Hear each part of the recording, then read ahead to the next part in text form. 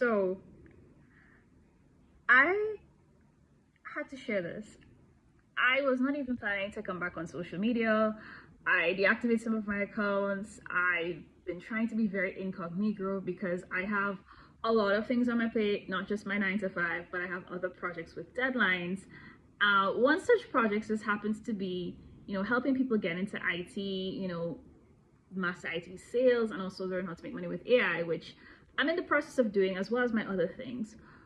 But I had to stop what I was doing when I got this email because I was so concerned that such an email, there'll be some people who would be so quick to click on it that they would miss the point of the email not being genuine.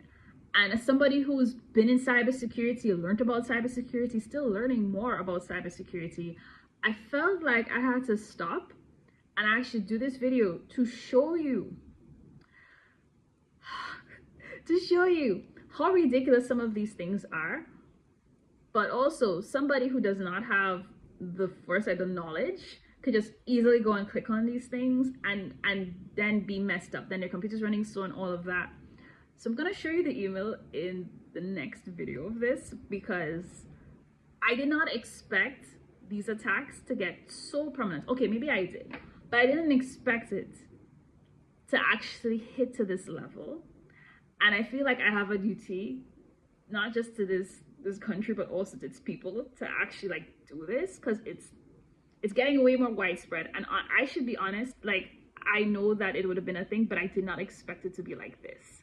So I'm gonna do another video to show you the email and how to detect that it's not a genuine email. So look out for that. Okay, so for the sake of, I guess, time for some of y'all, I'm actually gonna see if I can join these two videos into one.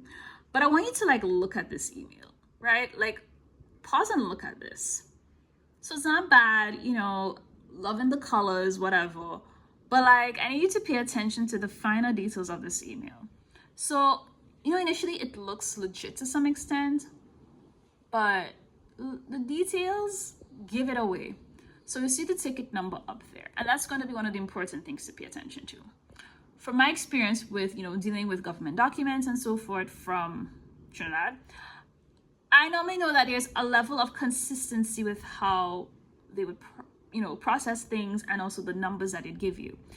From what I'm seeing already, the ticket number and the reference number don't necessarily agree. And that's not to say that's not going to be the case, but it was already one of the things that went off in my brain. I'm not sure if this is an actual genuine email from a government entity. The next thing I'm looking at is the email address. It's a little strange.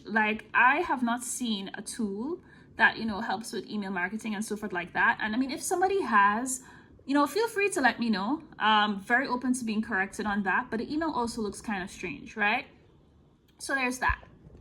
There's this reference number not really connecting with this reference number as well, because you can see up here, this reference number is different from this reference number. So it's already looking kind of suspicious, right? All right, so it says your income tax revenue for the year ending 2025. Now you see, it's not even proper grammar.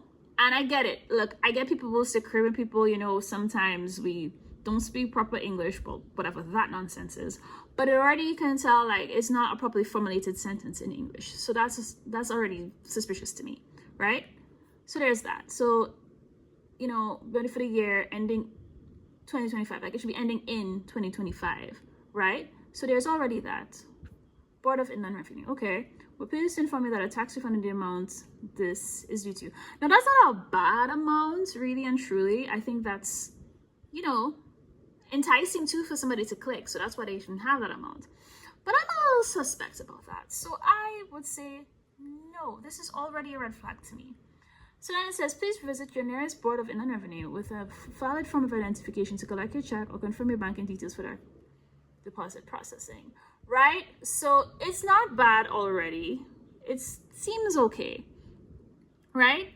But here's the thing. And I like that it gives you the option to visit because it adds some, credibility or whatever to it But it's not that credible, because if you now look at the processing link, this does not match this.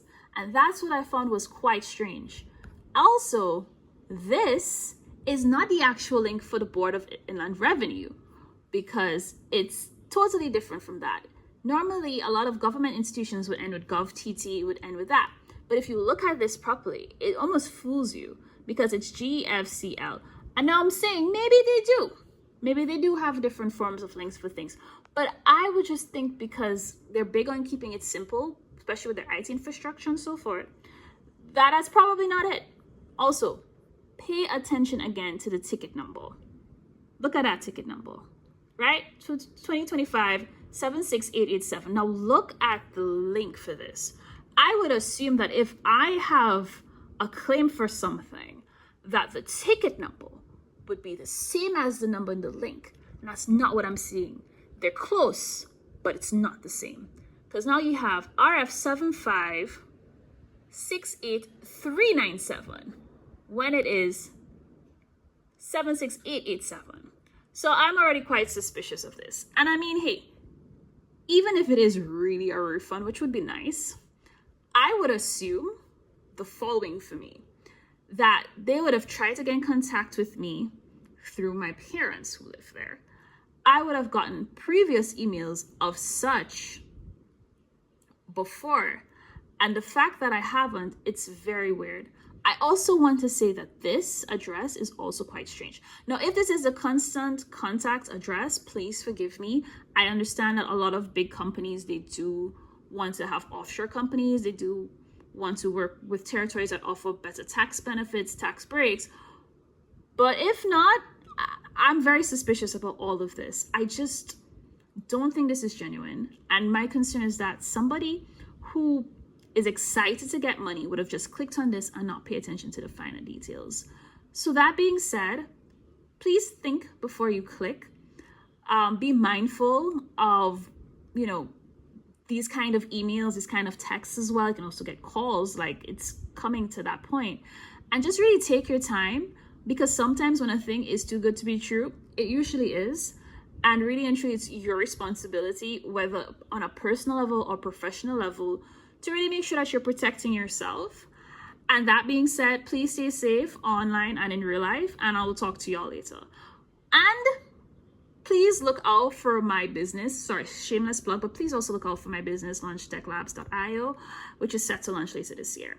Anyways, y'all take care. Have a good one.